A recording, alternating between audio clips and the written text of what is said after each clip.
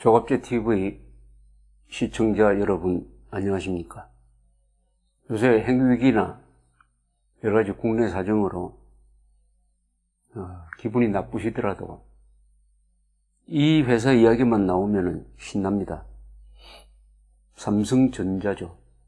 지난 7일 삼성전자는 영업실적을 공개를 했습니다.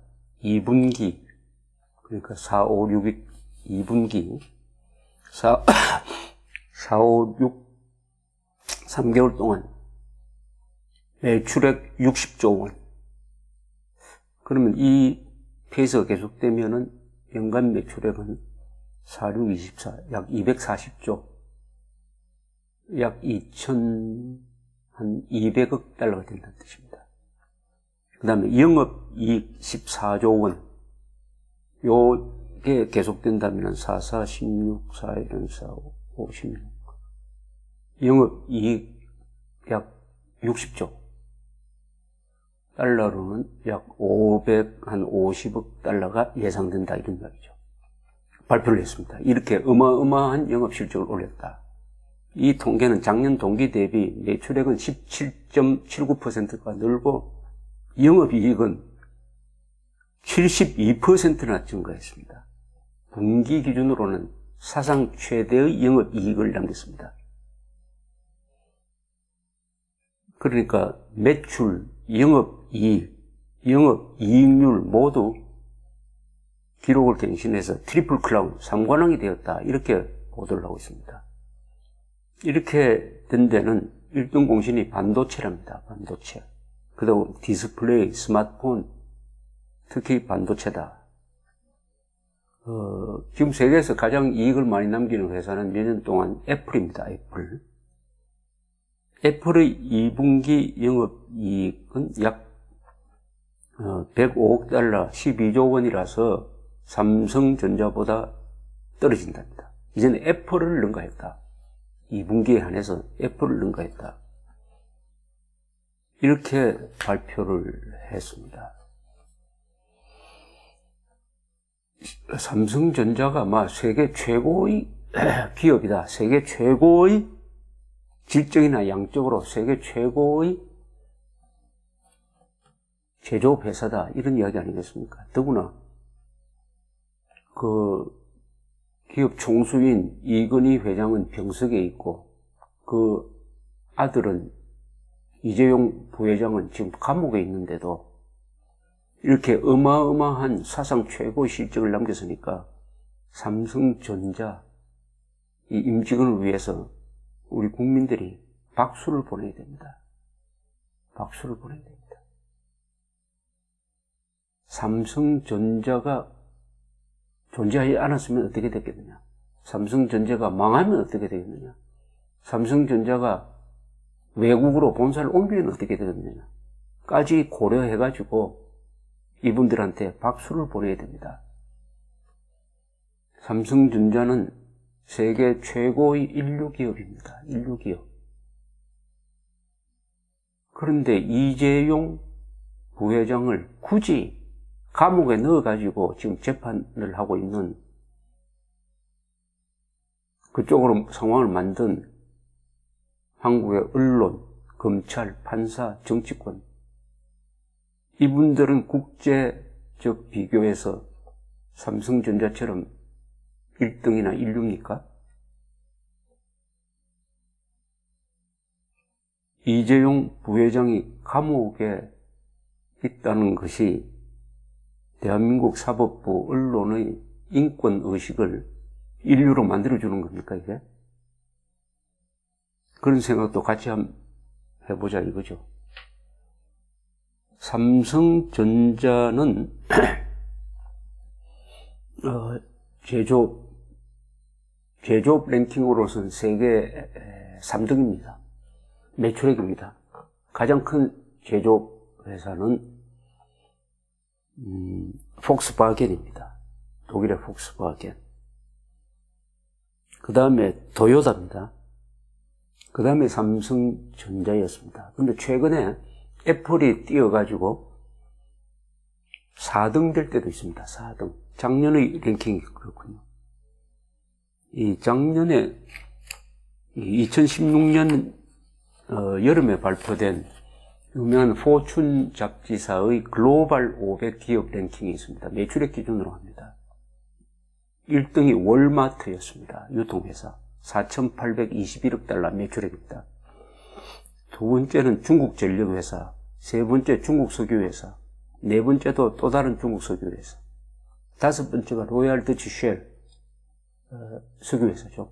6등이 엑슨 석유회사, 7등이 폭스바겐이었습니다. 8등이 도요타였습니다. 일본 자동차 회사. 9등이 애플이었습니다. 10등이 BP, 브리티시 페트롤리움, 영국의 석유회사입니다. 11등이 버커셔 해스웨이라는 회사, 12등이 맥킨슨, 13등이 삼성전자, 1774억 달러. 올해는 이보다 아마 더 랭킹이 올라갈 것 같습니다. 삼성전자의 랭킹이. 여러분 생각해 보십시오. 한국은 산업혁명을 가장 늦게 시작한 나라입니다. 산업혁명을 가장 늦게 시작한 한국에서 세계 세 번째, 네 번째 되는 제조회사 삼성전자를 만들어내었다. 얼마나 어마어마한 성취입니까? 우리 민족사 2000년에 잘한 걸 랭킹을 뽑으면 거기에 삼성전자가 들어가야 되는 거 아닙니까? 물론 서울올림픽, 한글 창제, 뭐 이런 것도 들어가야죠. 그러나 경제 분야에서 삼성전자가 들어가야 됩니다. 우리 국민들은 삼성전자를 욕하고 삼성전자를 약화시키는 그런 행동하는 사람이 많은데, 그것보다는 삼성전자가 어떻게 세계 인류를 만들 수 있었느냐, 인류가 될 수 있었느냐, 이렇게 어려운 환경에서 그것을 연구를 해가지고 개인의 발전과 조직의 발전, 회사의 발전, 나라의 발전에 써먹는 그런 연구가 더 많이 돼야 되죠. 삼성을 어떻게 약화시킬 거냐, 간혹 뜯어먹을 거냐, 그런 생각하는 사람도 물론 있어야 되고 있을 필요가 있습니다. 그러나 삼성전자를 어떻게 키울 거냐, 삼성전자를 어떻게 도와줄 거냐라고 생각하는 사람이 더 많아야 되는 거 아닙니까? 조사를 해보면은 한국은 기업인에 대한 반감이 세계에서 가장 강한 나라입니다. 이런 나라에서 기업 활동을 한다는 것은 마라톤으로 비교하면 모래주머니 차고 뛰는 겁니다. 그런데 모래주머니를 차고 뛰어서 우승을 했다. 대단한 거 아닙니까?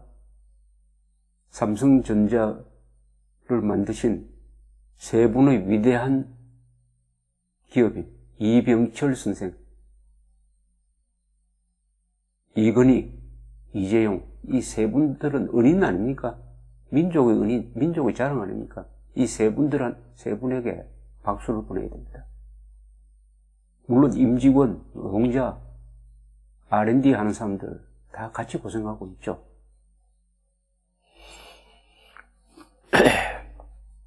잘하는 사람한테는 정상참작이라는 게 있습니다. 정상참작. 훈장을 받으면은 외국에는 교통위반 딱지 끊지 않는 몇 분 봐주는 경우도 있습니다. 이재용 부회장에 씌워진 그 죄가 흉악범은 아니잖아요. 파렴치 반다 아니잖아요. 그러면 불구속 상태에서 재판을 받게 해주는 정도의 정상 참작이 안 됩니까? 이 대한민국은 이렇게 잔인한 나라입니까?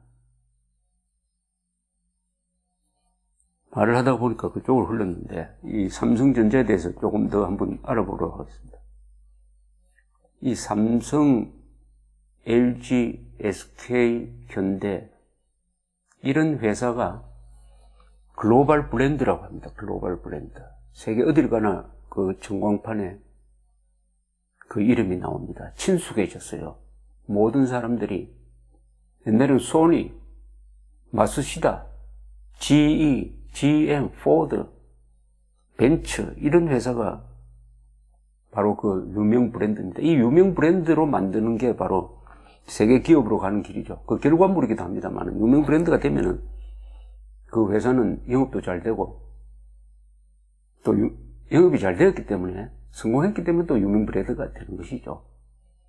이 글로벌 브랜드로 만든다는 기업을 만든다는 게 그 나라의 경제 실력입니다. 우리하고 비슷한 처지에서 출발했으나 대만은 그런 글로벌 브랜드가 없지 않습니까? 글로벌 브랜드가 있는 나라, 그게 선진국이고 강대국이죠. 경제 강국이죠. 이 브랜드 가치를 계산하는 회사에서 매년 발표를 합니다. 작년 발표한 가장 가치 있는 브랜드 랭킹이 이렇게 나와 있습니다. 1등이 애플입니다. 2등이 구글, 3등이 코카콜라입니다. 4등이 마이크로소프트, 5등이 도요타, 6등이 IBM, 7등이 삼성입니다. 삼성. 8등이 아마존, 9등이 벤츠, 10등이 GE입니다. GE, 제너럴 일렉트릭. 여기에 삼성이 7등 가는, 글로벌 브랜드 가치로는 7등 가는 회사입니다. 애플, 구글, 코카콜라, 마이크로소프트, 도요타, IBM, 아마존, 벤처, GE. 얼마나 역사가 깊고 어마어마한 또 그것을 뒷받침하는 산업혁명을 한 역사가 오래된 회사에서 나왔습니까? 가장 늦게 출발한 산업혁명을 한 대한민국에서 세계 7대 7번째 가는 브랜드를 가치를 가진 삼성을 만들어냈다. 여기에 그 비밀이 뭐냐? 저는 항상 이렇게 생각합니다. 삼성이 손만 대면 인류가 되는 거 아닙니까? 세계 최고가 되는 거 아닙니까? 반도체, 디스플레이, 스마트폰 뿐만 아니라 삼성의료원, 또 삼성이 만든 장례 예식장, 그것이 우리나라 장례 문화를 바꿨지 않습니까? 남산에 있는 리움 미술관,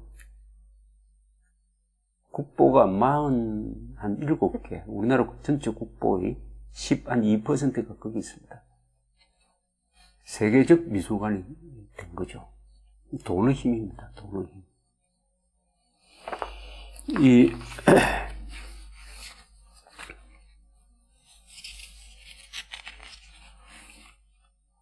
시내에 CJ 건물이 하나 있습니다. 저 장충동 가는 데 있는데 거기 로비에 갔더니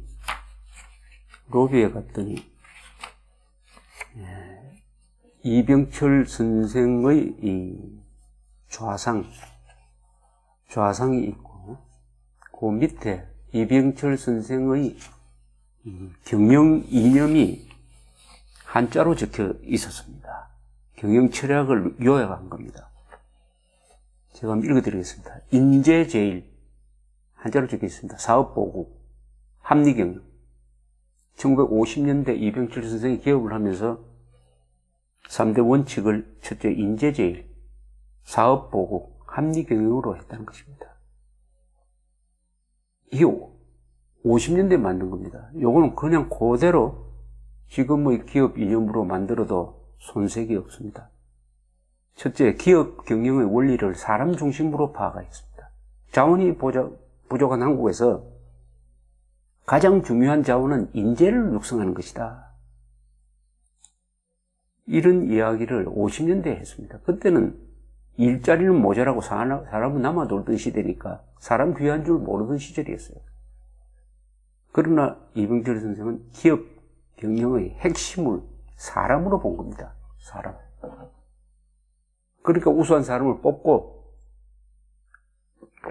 직접 면접을 보고 가끔은 그 관상 잘 보는 사람을 옆에 두고 그리고 일단 뽑은 직원을 인류로 만들기 위해서 교육을 강화를 했습니다. 1984년에 이병철 선생 인터뷰를 했더니 자랑하신 것이었습니다.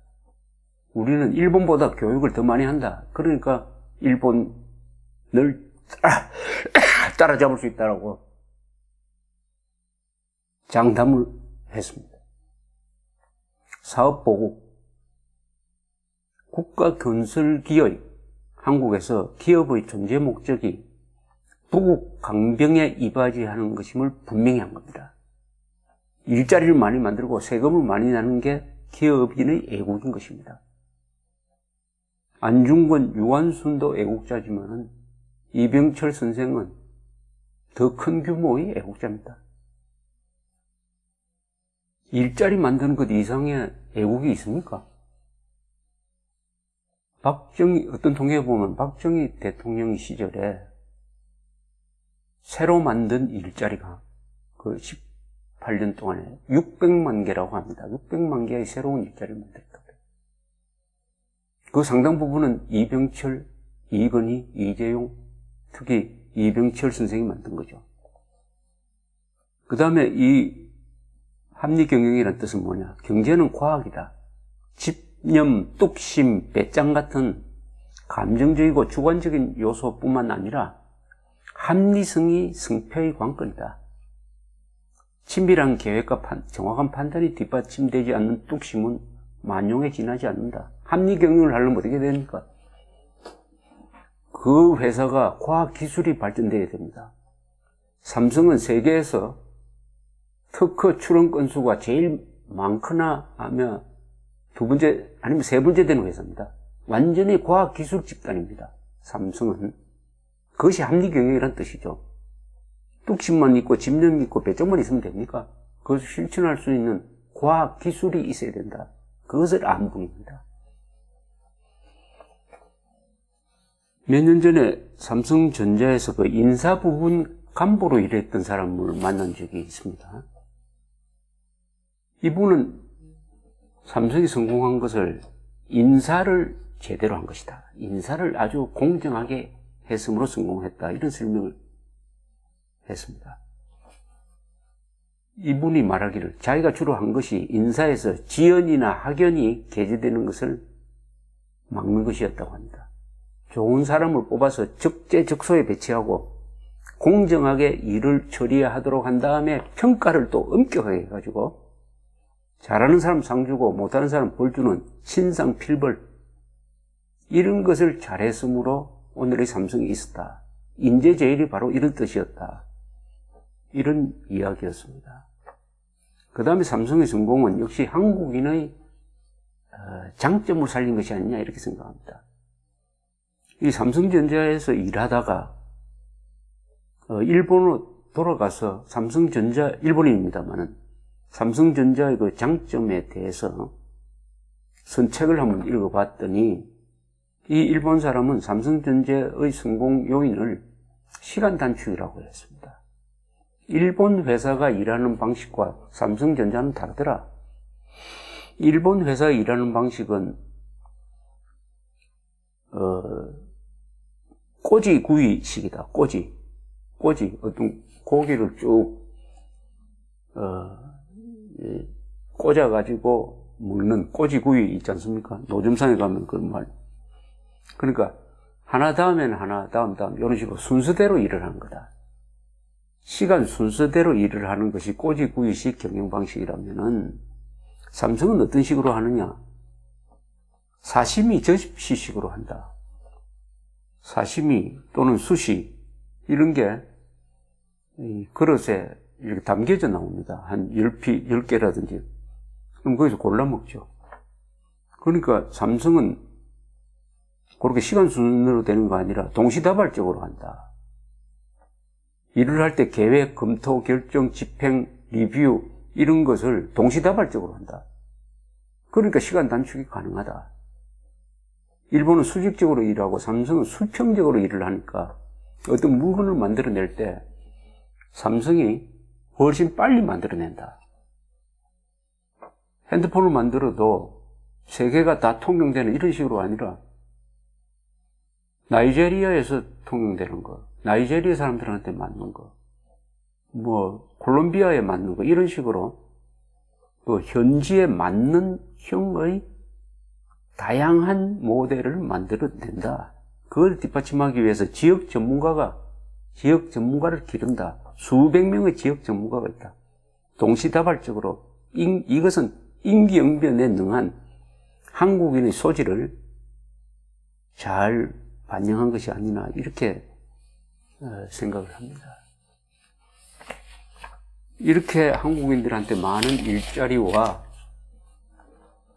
행복을 가져다 준 이병철, 이건희, 이재용 이 세 사람은 하루에 48시간 사는 사람은 아니잖아요. 우리와 똑같이 24시간 10끼 맛있는 음식을 먹는 사람이 아니라 우리와 같은 3끼를 먹는 사람입니다.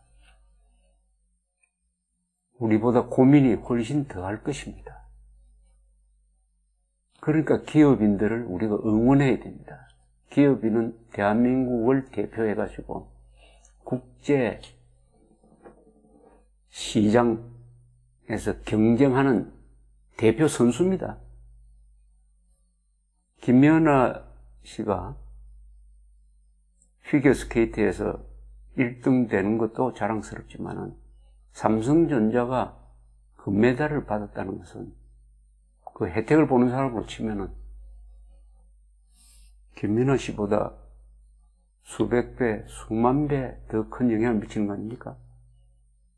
그런데 우리 한국 사람들이, 한국의 언론, 검사, 판사, 국회의원들이 지금 이병철, 이건희, 이재용 세 사람에 대해서 어떤 대우를 해왔고 어떤 자세로 보고 있느냐 하는 데 대해서 한번 새롭게 생각해 볼 그 계제가 바로 이 어려운 시기에도 삼성전자가 애플을 누르고 가장 많은 이익을 올렸다고 하는 이 기사였습니다. 경청해 주셔서 대단히 감사합니다.